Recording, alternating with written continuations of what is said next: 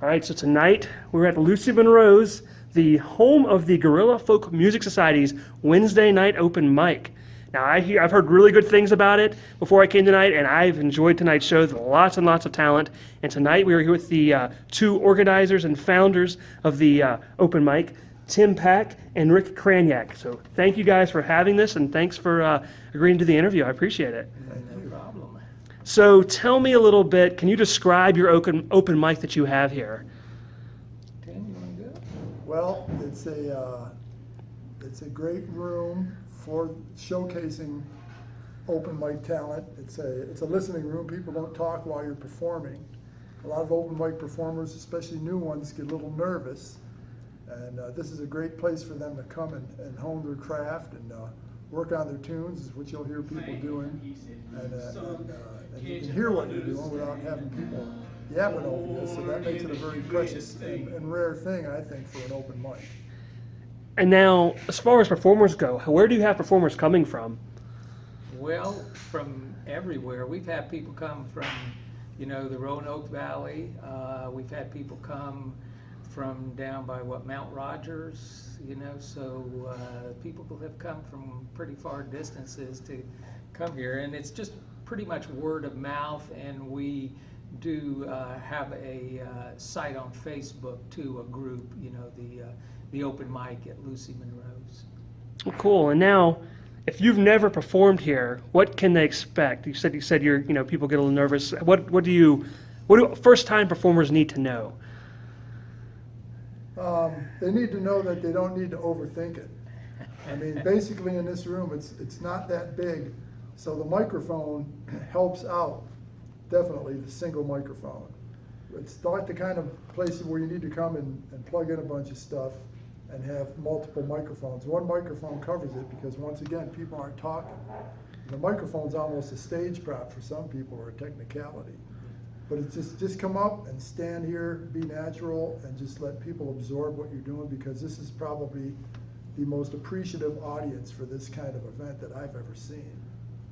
Yeah, very much a community, family type atmosphere here, and the audience is very understanding. We have people, that are a little nervous. They'll get up here and they'll screw up, and then they'll stop and start the song over. The audience doesn't care, and they're very appreciative of anybody that even gets up here, And you don't have to be a performer to show up. I mean, you have a lot of people here that are just here to listen and enjoy the music. Oh yeah, definitely. We have a pretty solid group of regulars that come, and they love music. And I will mention too that we also, not only is it music, we do spoken word here. So we do have people come and do poetry occasionally, And who can attend, perform? Is there an age limit on this at all, or? Wide open. We wanted it to be a family type atmosphere. We originally were going to start a little later, but I had a couple of people that told me, why don't you start a little earlier so younger people can come out with their parents, and their parents can have dinner here, and then the kids could perform. We've had a few younger people, but not too many. We'd love to have more, we really would. So it's a great opportunity for young people to get some time on stage, because it's very different than playing at home in your bedroom, and it's just being in front of people changes the whole dynamic of it. And like I say, it's a very forgiving and, a very gracious audience to play for. And what time if you wanted to perform, what time would you need to show up? Do you need to show up before 6, before 7? I mean, do you need to reach out to you guys an email, or? Well, Rick has this uncanny ability to eyeball who's coming in, to introduce himself, and to keep the list in his head of who gets to play when. There's no written list per se. Right. So when people show up, and it's kind of based on vibe too, and who's ready and who's not. You look at some of the performers, and some people are standing there, sitting there with their guitar on the front of their chair. Those people are usually pretty eager to get on, and other people might say, yeah, just give me another act or two to kind of acclimate. But, just show up, and like I say, Rick's the ultimate open mic host. I mean, you will not go unnoticed, and you will get your time on stage. Yeah, we're pretty laid back here. We don't have a list. I usually know, like Tim said, who's performing, and if somebody out there comes and they have never been here before, you know, they're welcome to just tell me, hey, I want to play. And I frequently get people come up to me, hey, do I need to get on a list or anything? It's like, no, we'll get you up. And everybody's very relaxed about it. We don't have anybody, you know, that gets real uptight about when am I going to play. So it's like I say, it's a very loose, relaxed atmosphere. And now you guys used to do, the Guerrilla Folk Music Society, that is, used to do a lot of music on the weekends. Do you guys have anything like that coming up that you're planning once the summer's over, maybe even later in the summer? Or We might.